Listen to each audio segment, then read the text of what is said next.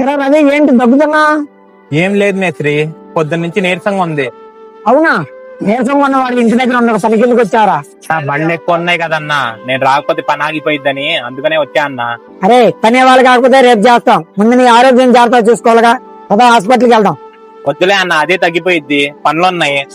అంత నీరసం పెట్టుకుని రానంటే రా, వెళ్దాం. వదిలిపెట్టారా?